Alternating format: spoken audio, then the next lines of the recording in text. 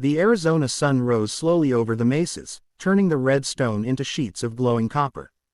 The desert was quiet, except for the soft rustle of morning wind weaving through brittle sagebrush. It was in this quiet hour, when night had not fully died and day had not fully awakened, that Taza made her choice. For weeks she had felt it brewing inside her chest like a fire with no place to escape. She was born Apache, raised Apache, taught that loyalty to the tribe was the only law. Her people were proud, cautious, and weary of outsiders, especially ranchers who built fences across old migration trails. But Taza's heart had wandered beyond those borders long before she admitted it. She had met Luke Carver by accident.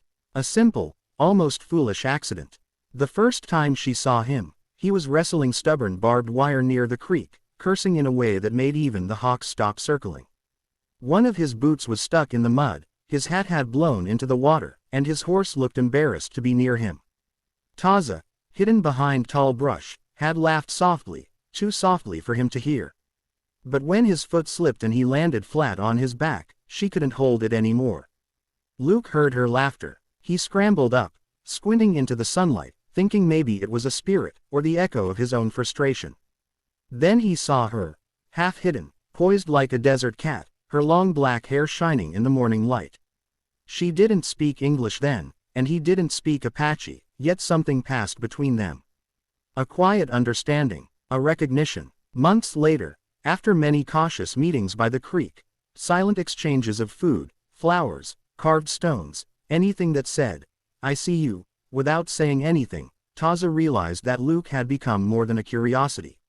He had become her anchor in storms she couldn't express. But her tribe had plans for her. Responsibilities, expectations, and above all, rules. Her brother Kenda had warned her that the world beyond the canyons was not for them, especially not for women. "They will use you," he told her. "They will break you, and then toss you aside. A rancher is never a friend." Taza knew he believed this because he had suffered. He had lost friends to conflicts with settlers who pushed deeper into old Apache land. But she had also seen the other side: ranchers attacked, cattle stolen in retaliation, fences burned in the night. War had a way of turning everyone blind, especially those who believed they could see perfectly. Still, she kept meeting Luke. And then came the night that changed everything. A band of young Apache warriors, eager to prove themselves, wandered too close to Luke's land. They didn't mean to hurt anyone. They were only scouting. But when Luke's cattle panicked and stampeded, a bull nearly crushed one of the warriors. Luke saved him. No hesitation, no question. He rushed in, risking the horns, dragging the young man to safety. Taza saw everything from a distance. She saw Luke injured. She saw him push the warrior away, telling him, gesturing wildly, to run before the frightened animals circled back. Luke barely escaped himself. When she brought the injured warrior home, carrying him across rugged terrain, her tribe whispered. A rancher had saved an Apache. Impossible, unthinkable, suspicious. Some elders believed Luke had caused the trouble intentionally. Some believed he helped only because he feared Apache retaliation. But Taza knew the truth. She had seen the truth in his eyes. That night, sitting alone under a sky littered with stars, she understood that her world had split into two paths, and she could not walk both. At dawn, she made her choice. She packed lightly. A leather pouch with herbs, a carved wooden comb, the turquoise bead her mother had given her. Before she died, she held the bead in her palm for a long time, feeling its warmth, remembering the prayers whispered when it was tied into her hair. Then, with a steady breath, she placed it on the ground outside her family's lodge. A sign, a farewell, not a betrayal, but a truth. The sun turned her shadow long behind her as she walked toward the desert, toward Luke's ranch. With every step, her throat tightened. She wasn't afraid of being hunted, not yet. She was afraid of being misunderstood forever.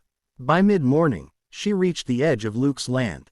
The wind carried the smell of cattle, hay, and dust, scents she now recognized more quickly than campfire smoke.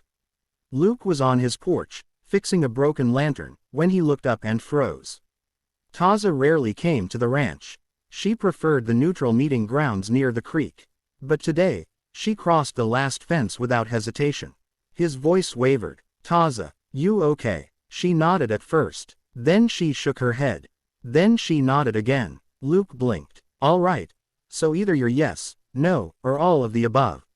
She laughed. A small, nervous sound, and he felt the tension drop from the air. Taza, he said gently, what happened? She motioned for him to sit. Her English was limited, but her meaning was strong.